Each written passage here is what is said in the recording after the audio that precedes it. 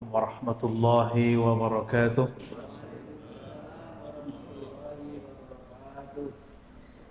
Innal hamdalillah nahmaduhu wa nasta'inuhu wa nastaghfiruh wa na'udzu billahi min shururi anfusina wa min sayyiati a'malina. May yahdihillahu fala mudilla lahu wa may yudlilhu fala hadiya lahu. Baik Bapak, Saudara, ikhwan akhwat fillah, di zaman sekarang, zaman yang disebut yusaddaqu fihal kadhib, banyak orang berbohong tapi dianggap benar. Bukan ulama dianggap ulama. Orang yang basicnya pesantren, basicnya murid-murid ulama, nggak dianggap ulama. Kita jelaskan itu kepada mereka, mereka nggak terima. Ya. Dan ini zamannya, maka disebut fitnatud dajjal. Ini zamannya. Fitnatud dajjal dapat diterjemahkan kekacauan yang disebabkan oleh sang pendusta, sang pembohong. Nah, ini sudah dimulai. Ya. Salah satu yang mereka permainkan itu adalah tentang definisi ulama, begitu juga definisi ahlus sunnah wal jamaah. Karena nggak diterima dalam ahlus sunnah wal jamaah, buat istilah lain, menyebut diri mereka mengajarkan akidah Nabi, sahabat Nabi, tabi'in, generasi pertama, kedua, ketiga. Tapi kita tanya, mana buktinya? Bukti sanadnya mana? Silsilahnya mana? Mereka gak bisa datangkan. Ya. Kalaupun bisa datangkan, itu banyak yang dibuang, banyak yang dicocok logikan. Nah, ini zaman kedua, zaman cocok logi. Hati-hati Pak ya. Zaman dicocok-cocokin. Mereka anti dengan mazhab. Bermazhab Syafi'i nggak boleh Pak. Tapi giliran kita beramal dibentur-benturin dengan Imam Syafi'i. Benar nggak? Mereka gencar mengatakan ajaran Imam Syafi'i yang ditinggalkan oleh Syafi'iyah. Ini logika apa ini? Mana mungkin pengikut Imam Syafi'i meninggalkan Imam Syafi'i? Yang terjadi mereka mencatut nama Imam Syafi'i. Imam Syafi'i membagi bid'ah jadi dua, mereka nggak terima. Dianggap Imam Syafi'i bertentangan dengan Nabi. Masuk logika lagi nggak Pak? Nah, Imam Syafi'i, orang yang paling kuat mengikuti sunnah, itu menentang Nabi. Atau justru Imam Syafi'i itu menjelaskan maksud Nabi, tapi nggak sesuai dengan hawa nafsu mereka. Jangan-jangan begitu ya. Maka Bapak Saudara makan Allah, saya berharap masjid-masjid kita menjadi masjid yang sadar kembali mengenai pentingnya menghidupkan, merefresh kembali akidah ahlus sunnah. Suatu kali Nabi SAW berfirman, hadisnya sahih, riwayat Imam Tirmizi, ada yang semakna dengannya dalam hadis Imam Abu Dawud. Imam Tirmizi ini murid terbaik Imam Bukhari. Namun karena di kitabnya ada beberapa hadis yang dhaif, karena beliau tidak hanya meriwayatkan hadis dalam pengertian riwayat dari fulan, tapi juga meriwayatkan amalan. Jika amalannya sahih, walaupun hadisnya dhaif, beliau riwayatkan di situ. Akhirnya kitab itu secara ilmu riwayat turun derajat, tapi secara kualitas sangat luar biasa. Nama kitabnya Al-Jami' As-Sahih lil Imam At-Tirmizi. Belakangan dikenal dengan Sunan Tirmizi. Ini bukan Sunan Kalijodo ya. Kalijogo. Enggak, ini Sunan jamak dari sunnah. Sunan jamak dari sunnah. Disebutkan di situ bahwa Nabi Shallallahu Alaihi Wasallam mengatakan telah terpecah ahli kitab kepada 71 sampai 72 golongan. Begitu juga umatku berpecah menjadi 73 firqatan, 73 golongan. Lebih parah atau lebih sedikit? Lebih parah. Jadi jangan heran Pak kalau umat hari ini berpecah. Kalimatnya tafarraqat, sataftariku atau taftariku. Ada beberapa lafaz. Untuk mereka yang terdahulu disebut tafarraqat, telah terpecah. Untuk zaman kita, karena di zaman Nabi belum terjadi, maka Nabi menggunakan kata kerja fi'il mudhari'. Taftariku atau sataftariku, akan berpecah. Meninggal Nabi, sahabat mulai berpecah, tapi baru politik. Berlanjut, meninggal generasi sahabat, baru berpecah menjadi aliran. Dan alhamdulillah Islam yang masuk ke negeri kita, Islam Ahlus Sunnah wal Jamaah. Yang Nabi sebutkan di hadis itu. Apa kata beliau? Kulluhum finnar illa firqah wahidah. Semuanya nanti masuk neraka kecuali satu. Siapa mereka? Kalimatnya bukan Ahlussunnah wal Jamaah. Ahlussunnah wal Jamaah itu terjemahannya. Ma'ana alaihi wa ashabi. Kelompok mana saja yang aku menjadi ikutannya, ma'ana alaihi, disebut ahlus sunnah. Wa ashabi, dan jamaah sahabat-sahabatku, maka disebutlah ahlus sunnah wal jamaah. Dalam hadis Imam Abu Daud, Nabi ditanya, siapakah mereka wahai Nabi? Tapi di riwayat Abu Daud ini langsung aja ya. Illal jamaah, ala wahiyal jamaah, begitu. Ketahuilah satu kelompok itu adalah al-jamaah. Al-jamaah di situ bukanlah pengajian jemaah kelompok apa, bukan. Al-jamaah di situ adalah al-jamaah, yakni jamaatul muslimi, kelompok umat Islam yang mengikuti Rasulullah. Jika mereka tidak ketemu Rasulullah, maka mengikuti sahabat Rasulullah. Kalau diteruskan, tidak ketemu sahabat Rasul, mengikuti murid sahabat Rasul. Itu maksud Nabi menyebut aku dan sahabatku, supaya suatu saat nanti jika ada orang mengaku-ngaku kami ikut Nabi, ditanya mana silsilahmu. Sebagaimana jika ada orang ngaku saya Habib, saya Sayyid, saya Syarif, tinggal ditanya mana silsilahmu.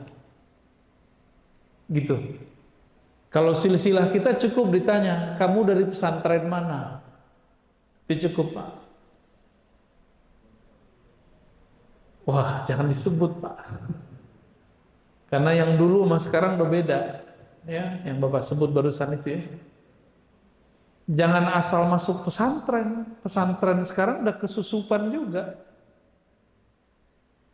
Pesantren kesusupan kok bisa? Ya wallahu alam, itu urusan yang punya pesantren. Yang mengkhawatirkan sekarang di negeri kita, pesantren-pesantren tertentu sudah memasukkan akidah yang di dalamnya ada takfir dan tabdiyah, mengkafirkan dan membid'ah-bid'ahkan. Judul kitabnya Kitabut Tauhid, yang nulis masih hidup salah satu tokoh namanya Saleh Fauzan. Maka tanya itu Pak, mau masukin anak ke pesantren, tanya dulu kitab tauhidnya apa. Jika kitab tauhid ini siap-siap nanti anak-anak kita pulang, kita mulai diragukan sama dia.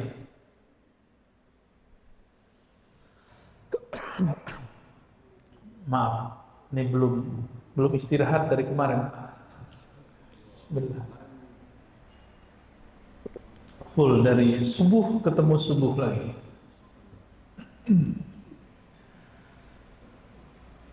Mohon doanya aja Pak ya.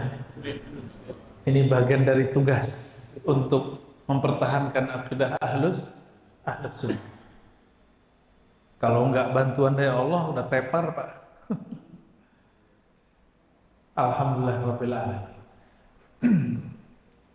Nah, kitab ini mulai masuk Pak. Di dalam kitab itu tidak boleh ikut akidah yang dulu diajarkan ulama-ulama kita yang dulu belajar di Mekah. Yang kita dendangkan masa kecil, Allah wujud kidam baqa mukhalafatuhu lil hawadis. Namanya apa Pak? Sifat 20. Itu dilarang sama mereka. Dulu ulama kita ngajinya di Mekah tuh. Dilarang sama mereka sekarang. Dianggap ini buatan Asy'ari, bukan buatan Nabi. Jadi mereka membenturkan ulama sama Nabi. Itu cara cuci otaknya. Yang paling lucu apa? Imam Syafi'i nggak ikut Asy'ari, Bukhari nggak ikut Asy'ari, 4 imam nggak ikut Asy'ari. Yaitu namanya jahilun. Maksud jahilun tuh nggak ngerti sejarah. Duluan Asy'ari itu Syafi'i. Bingung ya? Imam Syafi'i lahir 150 Hijriah. Imam Asy'ari 1 abad setelah itu baru lahir, 250-an. Ya nggak mungkin Syafi'i ikut Asy'ari. Yang paling lucu lagi apa? Rasulullah Muhammad tidak ikut Asy'ari. Nah, itu lebih parah itu Pak. Jahilunnya sudah murakkabun. Logika apa itu yang dibangun? Katanya nggak boleh pakai logika. Katanya nggak boleh pakai ro'yu dan akal. Itu ngakal-ngakali. Ketahuan di situ nggak ngajinya. Imam Asy'ari itu berguru kepada orang yang ikut murid Imam Syafi'i. Siapa nama guru Imam Asy'ari? Namanya Zakaria ibn Yahya As-Saji. Berguru beliau kepada Imam Ahmad, Imam Muzani, Imam Qarabisi. 3 imam ini adalah murid terbaik Imam Syafi'i. Jadi Imam Asy'ari itu ikut akidah Imam Syafi'i. Makanya dalam kitab I'tiqad Imam Baihaqi, akidah Imam Asy'ari itu akidahnya Imam Syafi'i disebutkan sama. Penjelasan per bab itu biasanya jika ada riwayat dari Imam Syafi'i disebutkan. Tapi karena mereka tidak mau tahu, orang kalau sudah benci, apapun kalam kita ditolak. Ya. Tapi kalau sudah cinta, salah pun diterima. Ya. Nah, kalau orang alim nggak begitu, nggak dengan cinta-cinta buta, tapi dengan ilmu. Nah, semoga kita cintanya dengan ilmu. Amin ya rabbal alamin. Hadisnya cuma berbicara begitu Pak. Ma'ana alaihi wa ashabi. Nah, diklaim oleh mereka ikut imam tidak boleh. Yang boleh cuma ikut Nabi. Ya iyalah, ikut Nabi. Cuma yang ngerti ajaran Nabi imam atau ente gitu. Imam atau kitab? Imam. Karena kitab itu yang nulis imam. Gak boleh ikut Imam Syafi'i, gak boleh ikut Asy'ari. Ikutnya Sahih Bukhari. Lah Sahih Bukhari kitab siapa? Kitab Imam Bukhari. Tuh jawab pinter Pak. Kitab Imam Bukhari. Imam Bukhari murid siapa? Imam Bukhari satu angkatan sama As-Saji tadi, cuma lebih tua. Berguru kepada murid-murid Imam Syafi'i, Imam Ishaq bin Rahawai, Imam Ahmad bin Hanbal, Imam Qutaibah, Humaydi. Tuh jadi banyak Pak, semoga pusing. pulang-pulang botak. Itu murid-murid Imam Syafi'i semua. Berarti Bukhari itu bukan sahabat Rasul. Imam Bukhari itu mengumpulkan riwayat dari guru-gurunya, sehingga terkumpullah jumlah gurunya 1.700. Tapi yang dia pakai riwayatnya tidak sampai 1.700. Imam Bukhari jaraknya dengan Nabi jauh sekali. Beliau lahirnya di akhir abad kedua, tahun 190-an Pak. Kira-kira 194. Perkiraan, dulu kan gak ada KTP, gak bisa dicek di Dukcapil. Jadi ulama memperkirakan 194 lahir nih. Nabi wafat tahun berapa? Tahun 11. Makanya sekelas Imam Bukhari, supaya sah ilmunya Ahlus Sunnah, beliau mencari guru supaya terhubung kepada Rasul 1.700. Supaya terhubung kepada Rasul. Sekarang mereka muncul mengatakan tidak boleh ikut guru, tapi guru dia boleh. Ya, nggak boleh ikut pendapat Ar-Razi, tapi pendapat Ustadz Fulan-Fulan aja. Ya, katanya ikut sunnah. Sahih Bukhari pun tidak pernah khatam. Katanya ikut sunnah. Sunan Tirmizi pun dia tentang. Jadi nggak punya kaidah yang sahih, yang istiqomah, yang konsisten tuh nggak ada. Maka Bapak yakin nggak akidah yang diajarkan kiai kita yang dulu nyantri di pesantren, itu akidah yang diriwayatkan ulama salafus soleh, namanya akidah ahlus. Lalu salaf itu apa Ustadz? Salaf itu sebuah manhaj? Tidak. Salaf itu waktu. Apa arti salaf? Terdahulu. Terdahulu waktu bukan? Maka di dalam teks-teks syarah-syarah hadis, jika dikatakan salafunas saleh, orang-orang terdahulu kita yang soleh, berarti ada salaf yang tidak soleh. Apakah salaf itu satu ajaran? Enggak. Mereka bagi salaf itu sampai 1.300 tahun, bukan 1.300, sampai tahun 300 Hijriah. Kita urai. Imam Abu Hanifah salaf bukan? Lahir, wafatnya aja deh 150 wafatnya. Imam Syafi'i wafatnya 204. Imam Malik 179.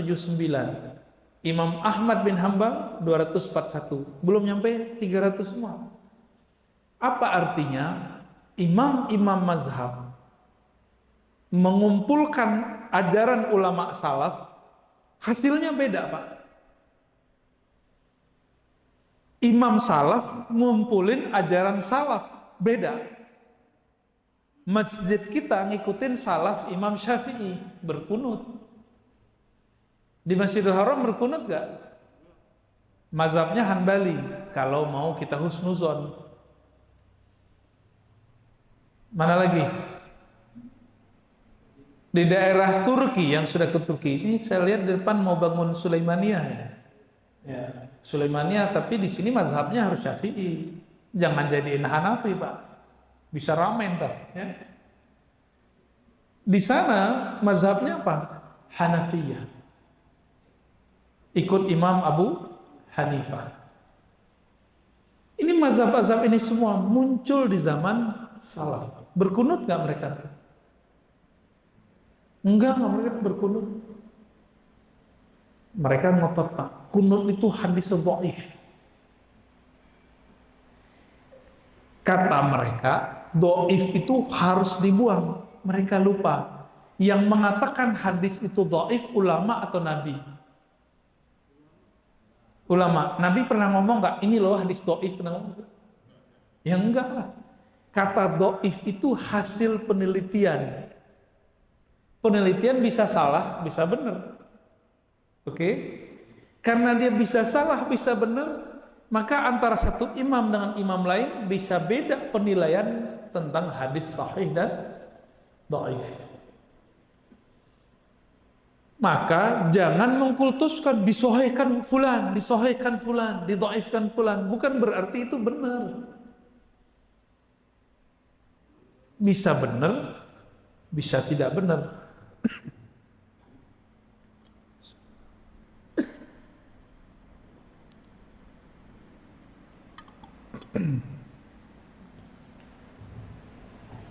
Saya 15 tahun Pak tinggal di pesantren hadis. Itu meneliti hadis sahih, tidak sahih. Tiap hari kita meneliti. Itu penelitian saya sering beda sama guru saya itu. Saya bilang sahih, guru saya bilang dhaif.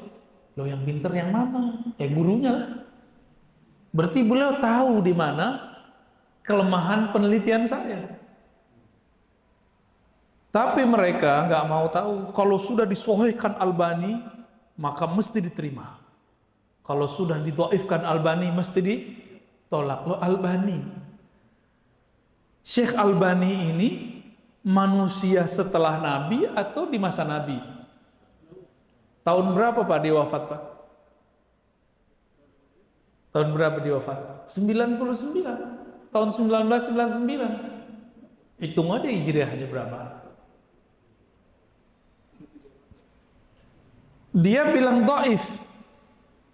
Imam Tirmizi bilang sahih. Bapak ikut siapa? Serius nih? Alhamdulillah. Sahih berarti. Tapi mereka sekarang nggak mau tahu. Kalau Albani sudah berbicara, Tirmizi pun dibuang. Sekelas ustadznya nggak ngerti Pak.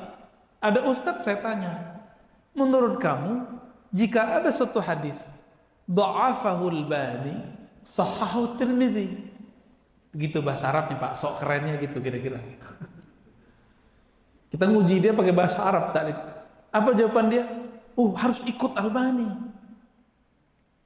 Saya senyum Pak, mau ketawa, tapi gimana? Ya. Kalau kata teman kita gimana? Mau ketawa takut dosa.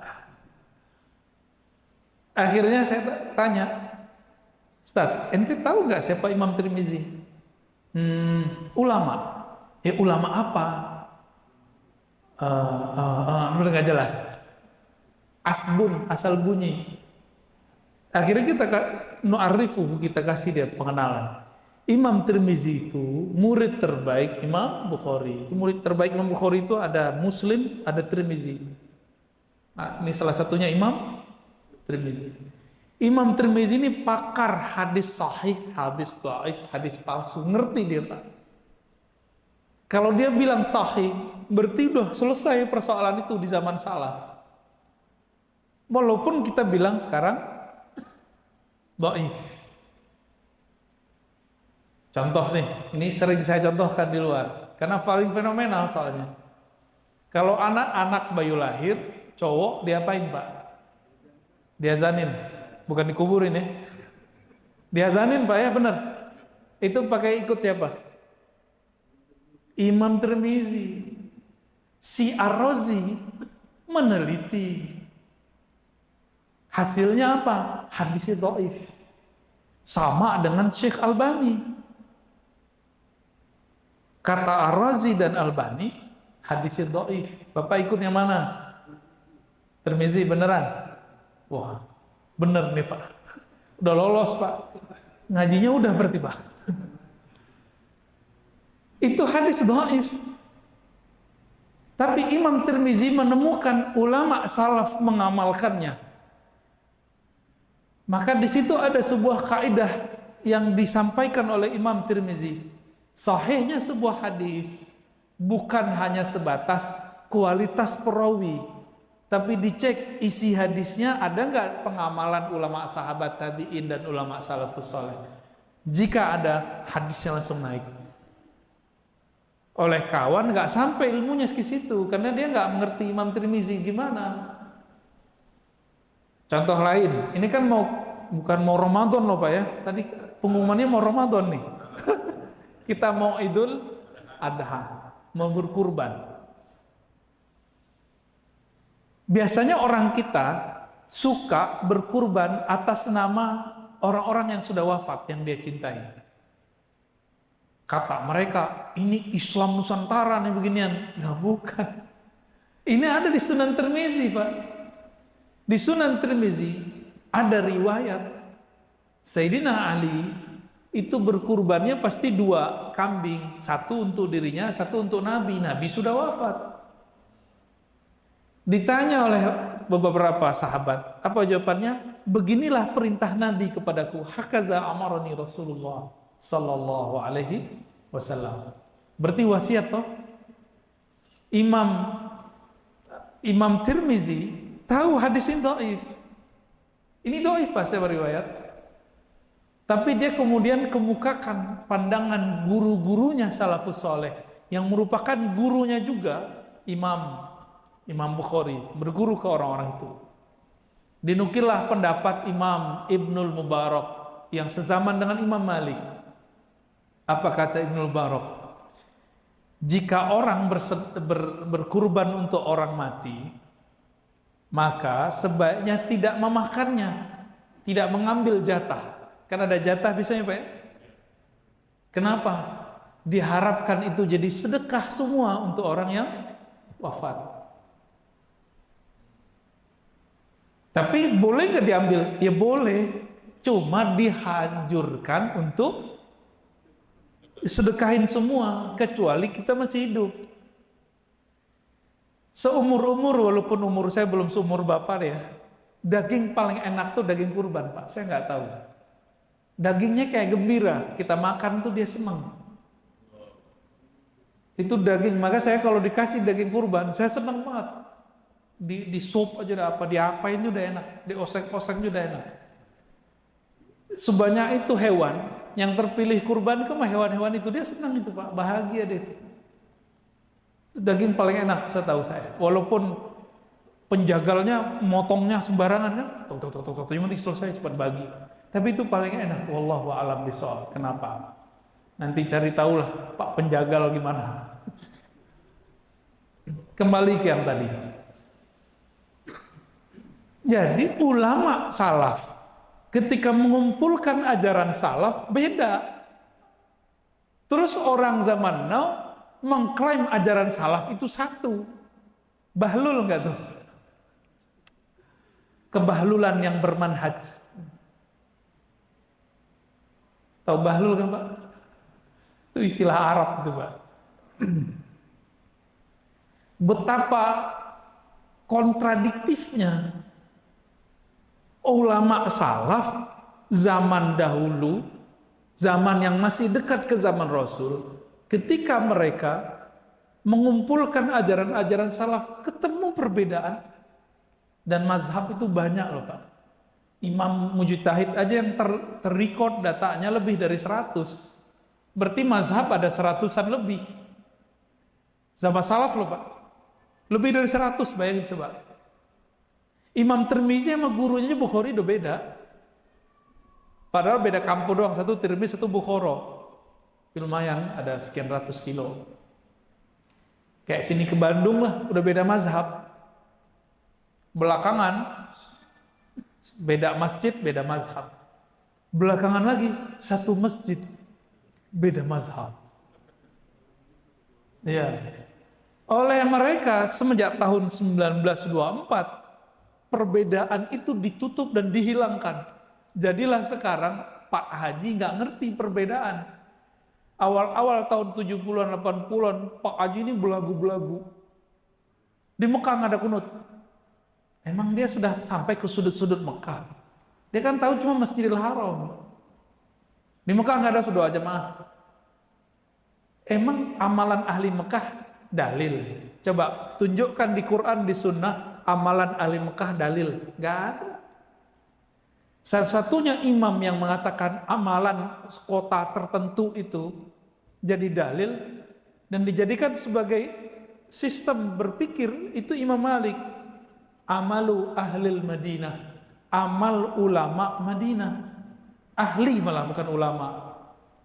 Imam Malik ini tinggal di Madinah, guru-gurunya adalah murid sahabat. Murid sahabat berarti ngikut sahabat. Sahabat ikut siapa?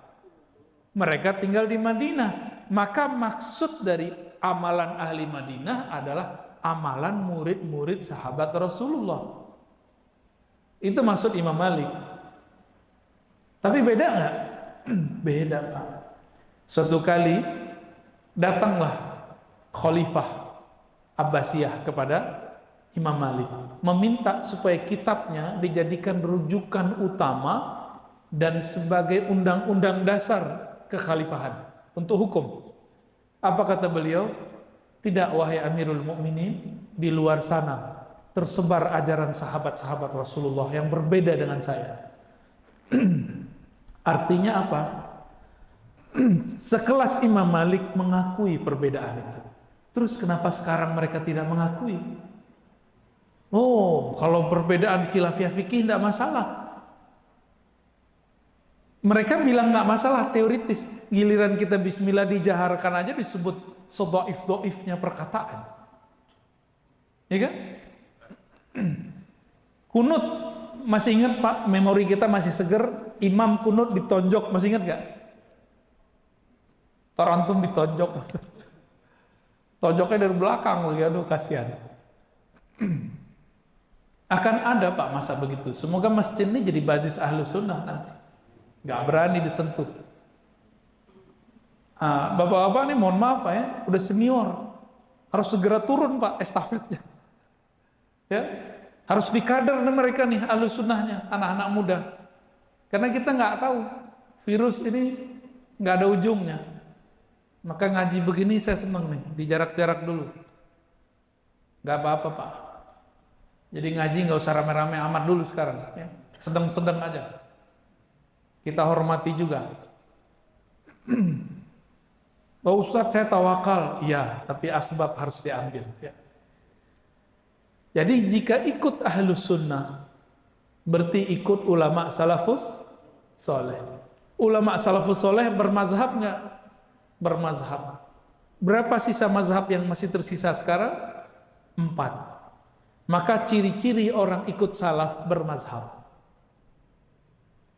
Ciri-ciri orang ikut salaf bersanad.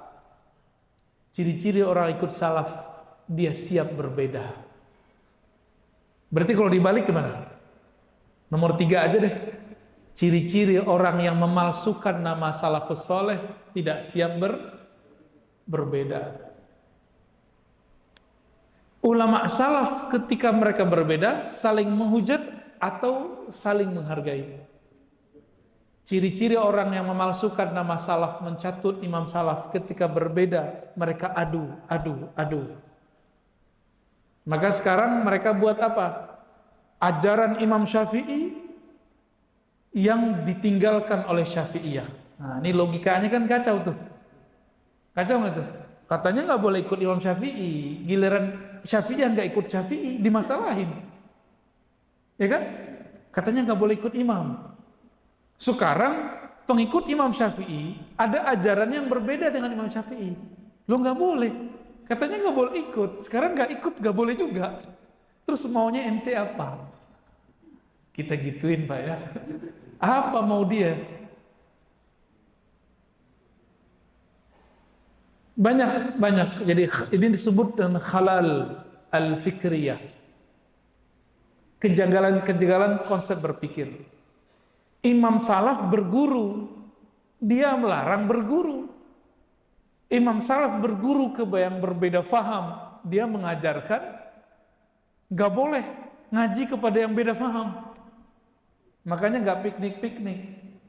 Tapi sekali aja mereka mau mendengarkan kita utuh, mereka akan mulai jatuh cinta Pak. Insya Allah. Minimal dia mulai syak ragu. Iya juga ya. Jangan ngaku salaf kalau belum kenal siapa salaf. Tinggal kita urut aja Pak, berapa nama ulama salaf yang kita kenal. Buktikan, hafal nggak tarikh wafatnya. Minimal hafal nggak dia murid siapa, guru siapa. Baru klaim ikut salaf. Tahu-tahu salafnya atuh doang. Imam Ahmad bin Hambal. Imam Ahmad bin Hambal bariun anhum. Terbebas dari mereka. Imam Ahmad gak ada hubungan sama mereka. Apa sebab? Mereka melarang Pak sekarang membacakan Al-Quran untuk orang mati. Imam Ahmad nyuruh. Gimana? Pengikut Imam Ahmad tidak mempermasalahkan tawasul. Mereka menganggap tawasul syirik. Ya kan? Imam Ibnu Qudamah bolehin tawasul. Mereka nggak puas. Catut aja tuh nama Syekh Ahmad Khatib Al-Minangkabawi yang dulu jadi gurunya Syekh Ahmad Dahlan, Syekh Hashim Asy'ari, Syekh Sulaiman Rasuli kalau di Sumatera. Itu mereka berguru ke Syekh Ahmad Khatib Minangkabawi. Dicatut. Syekh Ahmad Khatib Minangkabawi adalah seorang salafi. Ya udah, kalau begitu kita terima dulu Pak. Baik. Kita buka kitabnya. Di semua kitab beliau ada hasyiah warakat, ada kitab tentang zikir, ada kitab tentang fikih. Beliau bertawassul kepada Rasulullah sallallahu alaihi wasallam. Gimana kalimatnya? Bijahi Sayyidina Muhammad. Dengan jah tuah Nabi Muhammad kami bertawassul. Berarti salafnya Ahmad Khatib Minangkabawi kita habis sebut begitu Pak, dibuang tuh nama Syekh Ahmad Khatib sama dia. Imam Masjidil Haram di zamannya. Begitu mereka ngambil sesuatu sesuai dengan hawa nafsunya. Jadi gimana Pak? Tambah mantap nggak nih mau berakidah Ahlussunnah? Tambah mantap nggak nih mau bermazhab Syafi'i? Jadi pada hakikatnya ikut akidah Imam Asy'ari, ikut mazhab Syafi'i, itulah ajaran salafus saleh. Itu sebenarnya karena ada riwayatnya, ada sanadnya yang menjamin. Minimal Bapak tahu aja nih kiai saya murid dari misalnya kalau orang Betawi itu ngikut siapa dulu yang kiai Betawi di Jakarta Selatan? Buya Syafi'i Azami. Itu kan ngajinya ke Syekh Abdul Majid tuh ya, ke Syekh Marzuki, ke Syekh Yasin Al-Fadani, ternyambung udah ke Rasulullah udah. Atau misalnya tamatan pesantren tradisional, namanya Salafiyah juga ya, di Jawa, udah ketemu tuh langsung ke Syekh Hashim Asy'ari. Atau kalau di Sumatera Tarbiyah Islamiyah, Sulaiman Rasuli, Syekh Sulaiman Rasuli. Kalau di Aceh Kedayah, Syekh Mudawali. Kalau di Sulawesi ada Pak, namanya Al Khairat. Itu Habib yang langsung bawa. Marganya seingat saya Al Jufri. Nama komunitasnya Al Khairat. Di Jakarta ada muridnya perempuan. Muridnya langsung tuh. Seingat saya murid langsung ya. Profesor Dr. Huzaimah. Rektor IIKI sekarang. Udah sepuh juga Pak. Masih aktif, diberkahi Allah hidupnya. Sama akidahnya semua. Di Lombok ada namanya NW. Jadi kalau di Jawa ada NU, di Lombok ada U-nya double, namanya W. Nahdlatul Watan. Syekh Abdul Majid juga namanya. Itu semua akidahnya sama. Sama semua. Bapak kalau kurang percaya kita cek. Di Mekah sebelum ada sekarang Saudi sekarang sudah ada satu madrasah namanya Saulatiyah. Saulatiyah ini didirikan oleh ahli hadis asli India tapi ngomongnya Arab. Dulu masyaikh kita belajar di sono. Akidahnya apa Saulatiyah? Sifat 20 ya. Asy'ariyah, Maturidiyah. Bedanya mazhab mereka Hanafi. Nggak yakin juga, nggak apa-apa. Bapak tahu Al-Azhar nggak? Tahu Al-Azhar? Bukan Al-Azhar Kebayoran Pak. Al-Azhar yang ono, yang Mesir. Ya, Kairo. Itu akidahnya apa? Mazhabnya 4 tadi, Syafi'i salah satunya. Akidahnya apa? Asy'ariyah. Gitu. Gimana? Tambah yakin nggak? Bapak nggak yakin ke Afrika Utara, ke Tunis, Aljazair, sama. Ada di situ Imam Ibnu Ashur udah wafat, akidahnya Asy'ariyah, bermazhab Maliki. Nggak percaya juga ujung Maroko sono ada Syekh Talidi baru wafat, Syekh Abdullah Gumari, ya. Mereka bermazhab Maliki. Jadi mau kemana kita pergi? Itu semuanya orang bermazhab dengan salah satu 4 mazhab tadi. Nah sekarang ini mau dibongkar sama mereka, ya. Langsung saja ke Sahih Bukhari. Lah turun pangkat namanya Pak. Imam Bukhari muridnya imam yang keempat, Ahmad bin Ambal. Paham di situ ya? Ya, semoga ngebul. Tapi asik ya. Ngebulnya asik. Belum lagi bab yang satu lagi, bab kerohanian. Salah satu khas dan kesempurnaan ahlu sunnah wal jamaah adalah mengajarkan ma'rifatullah, mengenal Allah melalui kolbu, ruh. Dan yang mahal Pak, sholatnya udah ikut Syafi'i nih, akidahnya udah ikut Imam Asy'ari, sekarang zikirnya ikut siapa? Nah, maka kemudian Hadratus Syekh Hasyim Asy'ari nulis dalam risalah Ahlus Sunnahnya, dalam bab tasawuf mesti ikut Imam Junaid, Imam Ghazali, dan Abul Hasan Syadzili, yang sekarang disebut dengan Thariqah Mu'tabarah, Thariqah yang sahih. Jadi boleh Pak ikut Thariqah, Bapak ikut Thariqah Naqsyabandi boleh, Syadzili boleh, Qadiri boleh. Tapi jangan ikut-ikutan dengan perdebatan mursyid atau petinggi-petinggi masalah siapa yang jadi mursyid, itu nggak usah ikut-ikutan. Kita zikir sama mengenal Allah aja. Cuma sayang, tarekat-tarekat sekarang kebanyakan berhenti di ritual latihan riyadhah dan mujahadah. Tidak semuanya menghantarkan muridnya kepada ma'rifatullah. Udah sibuk di ijazah-ijazahan zikir. Lama jalannya kalau begitu ya. Maka dengan ini lengkaplah ajaran ahlu sunnah itu mesti berfikih. Fikih apa tadi? Minimal kita fikih berani Pak pindah mazhab. Satu mazhab aja belum ngerti. Coba di sini udah pernah khatam belum satu kitab kecil Manatan Takrib? Kalau mantan sudah banyak saya lihat di sini ya. Matan Takrib aja belum selesai mau pindah mazhab, apalagi mau membatalkan mazhab. Ini nggak tahu diri dia. Ya. Ini zaman mana dalilnya ya? Benar. Kitab yang tadi kitab kecil, kesimpulan dari dalil, maka nggak ada dalilnya. Kalau mau kitab dalil tebel-tebel, yang kecil aja belum khatam di sini. Dikasih kitab dalil namanya Bulughul Maram, mereka pretelin. Di Bulughul Maram ada ajaran berkunut. Itu mereka karena hadisnya yang dhaif, mereka anggap itu dibuang. Ternyata antara ahli fikih dengan ahli hadis itu beda perspektif Pak masalah hadis. Bagi ahli hadis dhaif buang. Tapi kalau dia ngerti fikih, enggak semua hadis dhaif dibuang. Mana buktinya?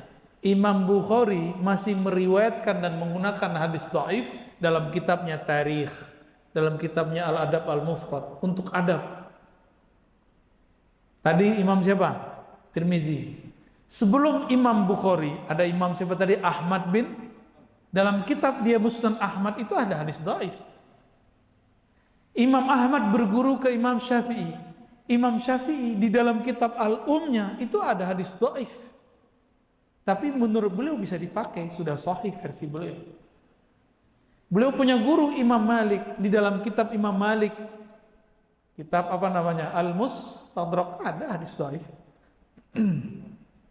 Imam Abu Hanifah punya kitab Musnad, ada hadis dhaif.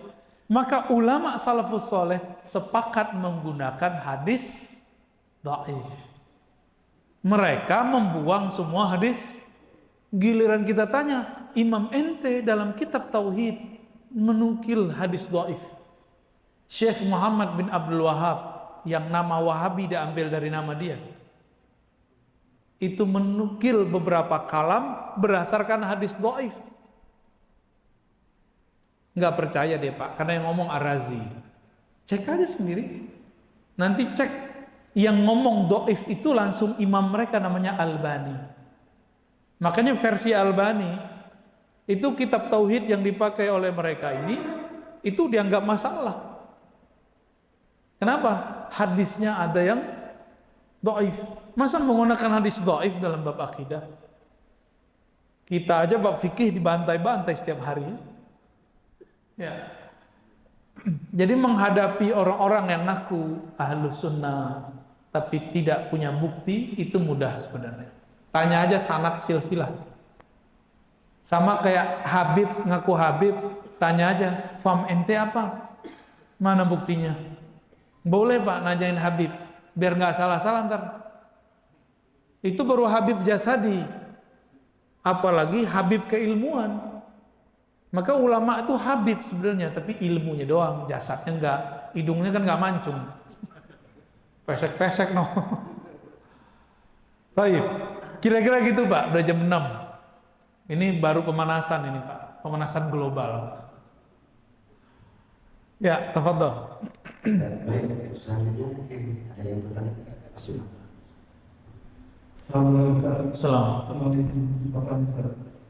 Seperti tidak kemarin bahwa itu belajar dan bisa dari master Malik itu kenapa fikihnya nggak dipakai di situ ya? Bagus. Assalamualaikum. Ini pertanyaan kritis nih Pak. Imam Malik orang Madinah, tapi orang Madinah kok nggak ikut mazhab Malik? Kita tanyain ke mereka ya Pak. Bagi mereka tidak boleh ikut Malik. Bolehnya ikut mazhabnya, bukan mazhab juga, boleh ikut Sahih Bukhari. Padahal Imam Bukhari ngaji sama muridnya Malik namanya Qutaibah. Qutaibah ini juga murid Syafi'i tapi umurnya panjang. Imam Malik wafat 179, dia masih remaja Pak. Ngaji Imam Qutaibah, meninggal tahun 240, umurnya sekitar 90 lah. Muridnya namanya Bukhari. Makanya dalam kitab-kitab orang-orang Maliki, Imam Syafi'i dianggap Malikiyah.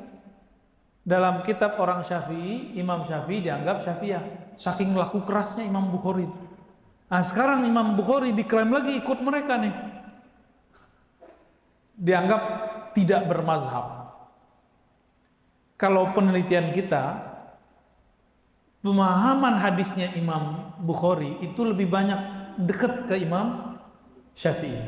Tapi saya tidak berani klaim beliau itu Syafi'i. Ya kalau menurut versi kita, dia sudah mujtahid mutlak. Mujtahid mutlak, dia buat mazhab sendiri. Tapi ya begitulah.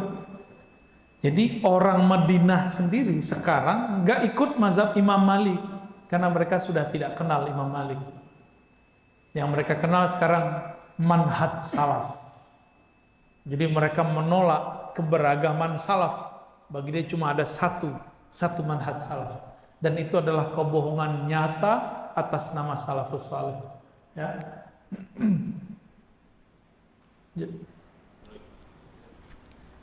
Itu lagi Pak.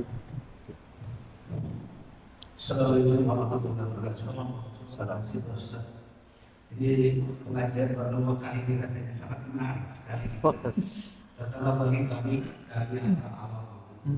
Jadi dari penduduk Indonesia yang mayoritas Muslim dan kami dalam bermacam macam. Mungkin bagi orang-orang yang sudah keluar dari pesantren, dari perguruan tinggi Islam yang sudah mapan, itu bisa mungkin hampir mereka mengetahui semua masalah. Nah, tapi bagi kita belum bisa yang hanya belajar kepada guru, Dan dulu itu kita tidak tahu ini mazhabnya apa. Sehingga saya mulai dari itu dia belajar dulu. Memang kita tahu pokoknya itu dua. Jadi Al-Quran dan hadis itu yang kursi, itu yang kita lakukan. Kita takut melenceng. Kalau kita pegang hadis ini yang saya katakan ustaznya baik sekali.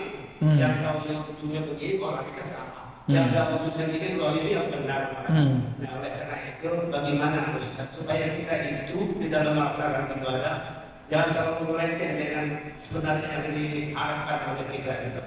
Yang kita pegang apa? Kalau saya terus aja. Saya bermanfaat Al-Quran dan hadis yang kursi gitu. Yang lain kan saya tidak pegang juga, sebab saya takut melenceng gitu. Bagaimana caranya itu? Terima kasih. Assalamualaikum. Bagus Pak.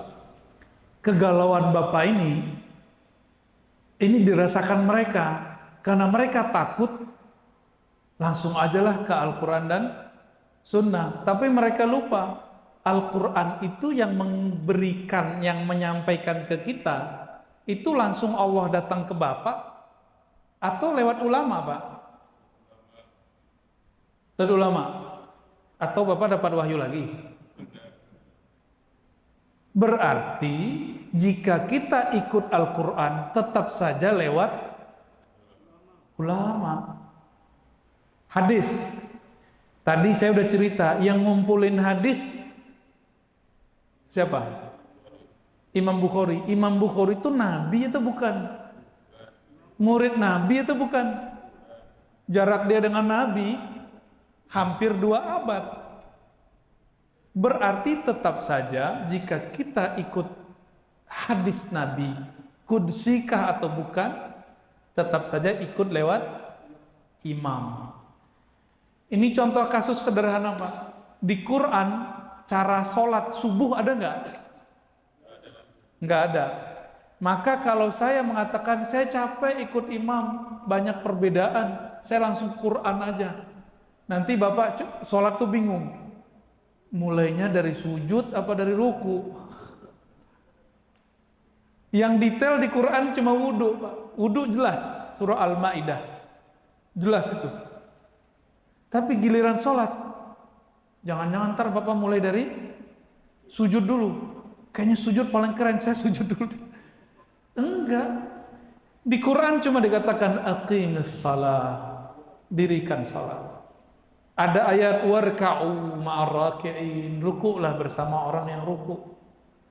Ada wasjudu, ada wasjud waqtarib, macam-macam. Bisa-bisa Pak, bingung kita nanti. Maka ayat itu diterjemahkan oleh baginda Nabi SAW. Lalu ini diriwayatkan oleh sahabat, karena kata Nabi, sholatlah kamu seperti melihat aku sholat, bukan seperti di buku. Bapak ketemu Nabi nggak? Terus gimana? Pernah nggak melihat buku sholat Pak? Buku Bapak pernah sholat nggak? Lah, buku Bapak bisa sholat? Ini pertanyaan-pertanyaan sederhana aja Pak. Buku bisa sholat nggak? Buku nggak bisa sholat. Yang ngerti buku tetap saja seorang ulama. Maka kemudian dirumuskan, itulah yang disebut mazhab. Jadi mazhab itu ringkasan pemahaman daripada Al-Quran, Sunnah, dan contoh-contoh dari Nabi dan sahabat Nabi. Itu namanya mazhab. Berarti mazhab itu ajaran buatan imam atau menyederhanakan riwayat yang berserakan. Menyederhanakan. Jadi Imam Syafi'i itu bukan ajaran baru. Beliau itu cuma menyederhanakan. Beliau kasih tawaran, nih hasil penyederhanaan saya. Kalau nggak mau ikut nggak masalah. Bapak buat sendiri boleh. Nanti sujudnya duluan paling. Ada nggak di Quran dan di Sunnah? Di Quran aja dulu. Kalau masuk subuh harus azan. Adanya di hadis. Ya kan? Hadis sendiri, cara azan macam-macam Pak. Azan kita ini diperdebatkan oleh mazhab yang lain. Karena riwayatnya berbeda-beda. Sebanyak itu riwayat, imam kita pilihkan nih riwayat yang paling bagus kamu pakai. Saya alhamdulillah Pak, hampir tiap hari baca kitab hadis. Tapi tetap membutuhkan penjelasan imam. Kecuali Bapak udah nggak butuh, Pak. Ya, untung Bapaknya senyum, Pak. Ya, lanjut. Terjawab, Pak ya. Jadi jawabannya adalah pertanyaan. Assalamualaikum warahmatullahi wabarakatuh. Bagaimana menyikapi perbedaan-perbedaan yang memang beberapa tahun belakangan ini terasa kita hadapi terutama di masjid ini, DKM sampai tidak berani mendatangkan orang guru yang memang berbeda karena khawatir kita mengikut perbedaan itu. Menyikapi yang terutama yang selalu menyalahkan kita pakai pakaian aja yang itu mungkin salah ya. Kita tahlilan aja salah ya. Kita baca Quran aja salah ya. Sampai itu salah ya. Iya. Karena ceritanya tentang neraka dan surga, ceritanya seperti itu. Bagaimana kita lihat? Bolehkah kita menolak orang-orang yang memang terutama DKM di sini? Kita terasa tadi tidak mendengarkan guru-guru yang mereka usulkan seperti itu. Itu bagus, bukan boleh, bagus. Karena pengalaman di mana aja Bapak buka celah, itu konflik tidak ada kesudahannya. Saya kan muter aja di masjid-masjid, Pak. Kerjaan saya dari masjid ke masjid aja. Ntar pas weekend baru saya ke kampus. Selebihnya masjid, majelis. Memang tugasnya begitu. Nah, masjid-masjid kita, sekali Bapak biarin konflik. Karena apa? Karena mereka anti toleran. Ada orang berbeda sama kita, tapi dia toleran. Itu terima aja, Pak. Tapi ini kelompok intoleran. Mau ngundang masalah. Jadi itu bukan masalah picik nggak picik. Itu masalah Bapak menjaga kemaslahatan atau tidak. Jadi pengurus harus punya pendirian. Bapak beda guru itu yang 3 aja, Pak. Mazhab, akidah, tasawuf. Itu aja digilir. Tafsir, hadis, udah gitu aja digilir. Jadi nggak mesti orangnya berbeda faham, ya. Berbeda mazhab boleh. Jadi silahkan dikelola, karena nanti dipertanggungjawabkan, Pak, di akhirat. Nah, Bapak yang berjuang, intan surullah yang surkum. Ya, kalau terjemahan bebasnya, kamu tidak akan diperjuangkan Allah sampai kamu memperjuangkan ajaran Allah. Semoga nih pengurus ini dicatat sebagai pejuang di sisi Allah. Ya, saya juga pejuang juga berdoanya. Tapi biasanya jadiin tumbal, Pak. Kalau ada konflik baru kita diundang. Ngadem-ngademin. Biasanya begitu.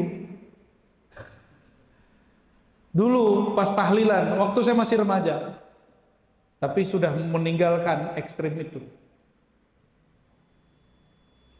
Tahlilan, kalau di tempat saya, tahlilan itu, makanan itu dihidang.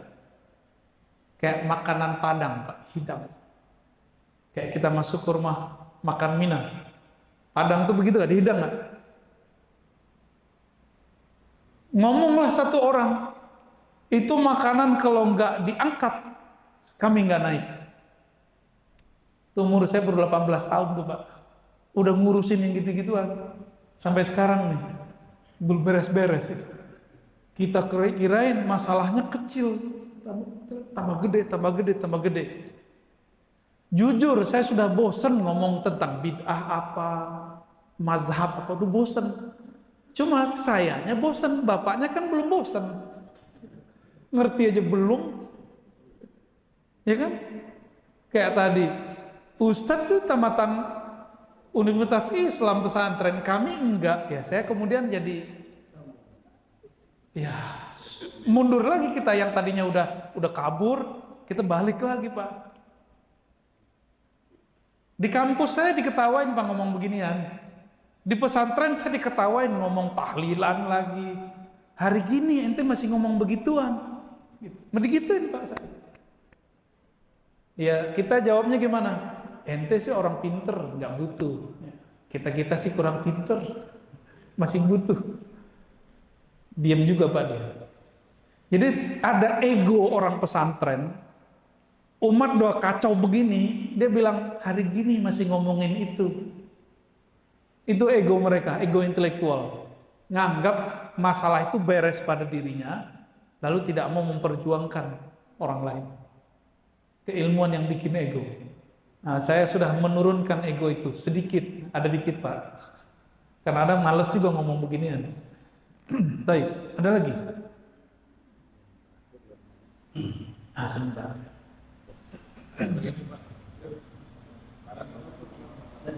Bentar ya, live check dulu.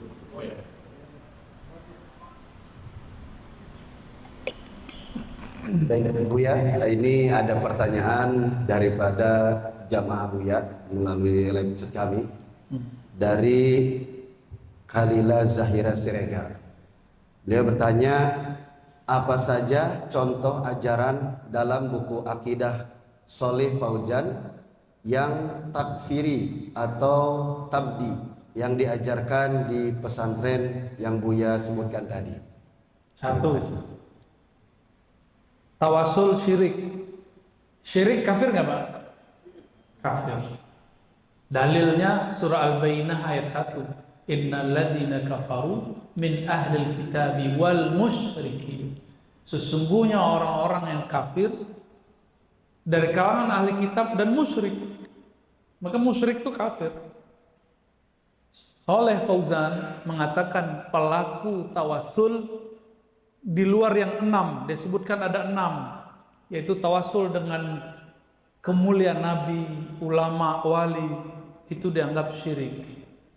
2, dia mengatakan peringatan milad Rasulullah, maulid Nabi, itu tasyabbuh dengan Nasrani, menyerupai Nasrani. Nasrani Muslim atau non Muslim? Menyerupai non Muslim kufur nggak? Tuh bahaya nggak logika dia? Kita digituin nggak marah Pak? Kita digituin kita nggak marah, tapi kita sedikit menyamakan mereka dengan aliran tertentu, agama tertentu. Ngamuk-ngamuk dia. Bapak pakai tasbih tuh, dianggap mirip Yahudi. Nggak marah kan Pak? Buddha sama Yahudi. Di kitab dia disebut Buddha dan Yahudi. Marah gak Pak? Yahudi. Gak marah, di bawah senyum. Gitu asiknya Ahlus Sunnah itu Pak. Hal-hal yang horor jadi disenyumin. Gak ada di mereka itu. Mereka itu tegang. Kasihan. Itu yang paling bahaya. Lalu dia menyebut orang tabarruk ubadul kubur, penyembah kubur. Nyembah kubur musyrik nggak? Kafir nggak tuh? 3 aja cukup. Terus mau dipertahankan itu. Maka saya berkali-kali mengimbau, tolong guru-guru pesantren, pimpinan pesantren, kaji ulang nih kitabnya. Kan itu bukan kitabullah. Boleh kok diperdebatkan kalau ilmiah. Kalau perlu kita terima, mau debat ayo. Tapi jangan hujat, saya nggak suka. Ya, hujat antum aja, hujatan, saya nggak suka. Debat ayo, kita buktikan satu persatu. Teksnya lengkap, halamannya. Di ribat, kajian ribat kita sudah tunjukkan Pak, halamannya berapa, teksnya apa, kita bacakan. Silakan kalau yang mau mampir ya. Tapi tempatnya kecil Pak. Ya, udah. Terakhir.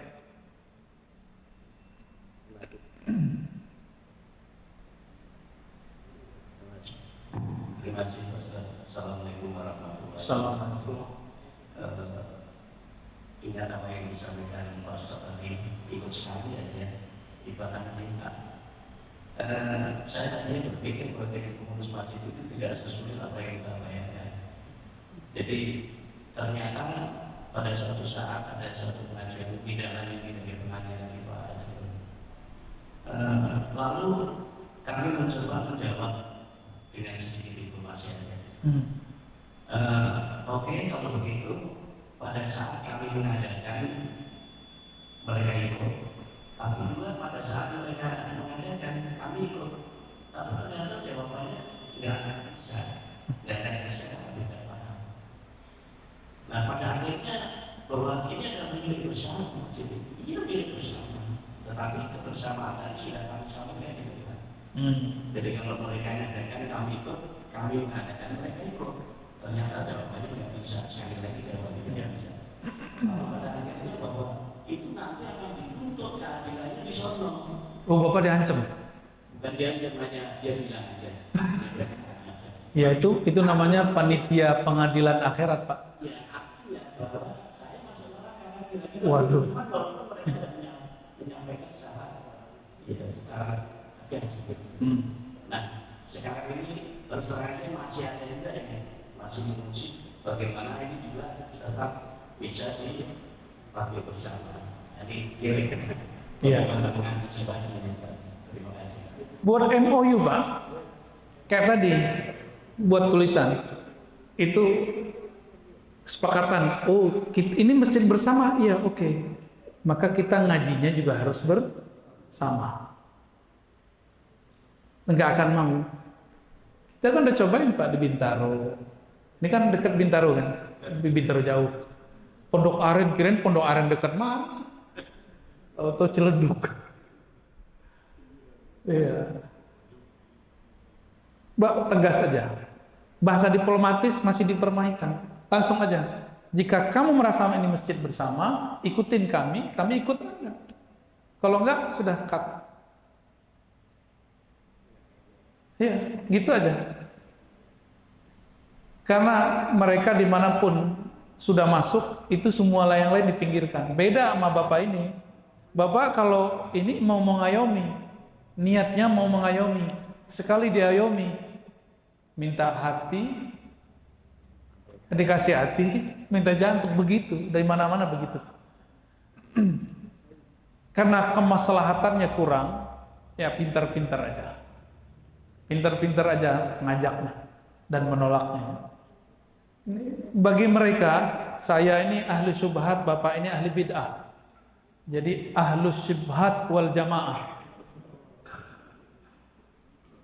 Maka wajar mereka nggak mau ikut kajian kita. Gitu, Pak. Bapak ini ahli syubhat, itu celana aja di bawah mata kaki.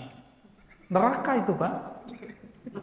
Bapak tadi saya lihat nggak ada jenggot kan? Saya masih ada jenggot, Pak. Tapi jenggot saya dianggap nggak sunnah. Apalagi Pak Imamnya, coba lihat, mana jenggotnya dia? Nggak ada.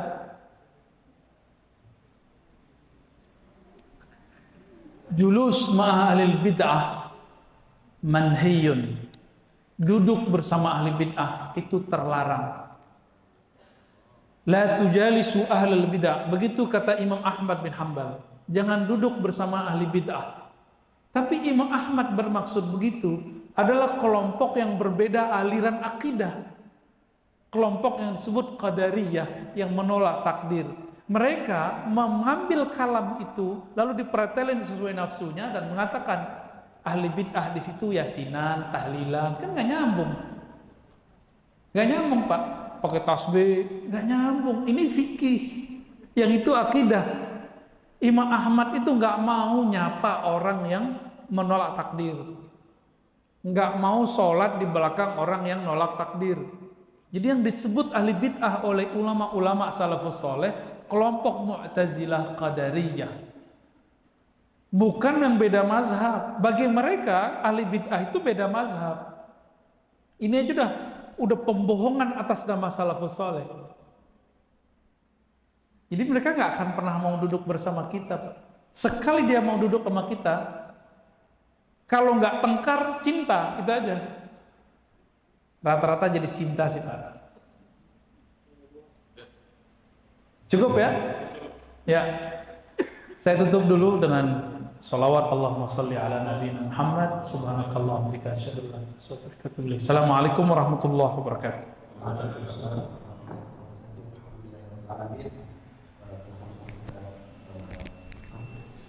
sama-sama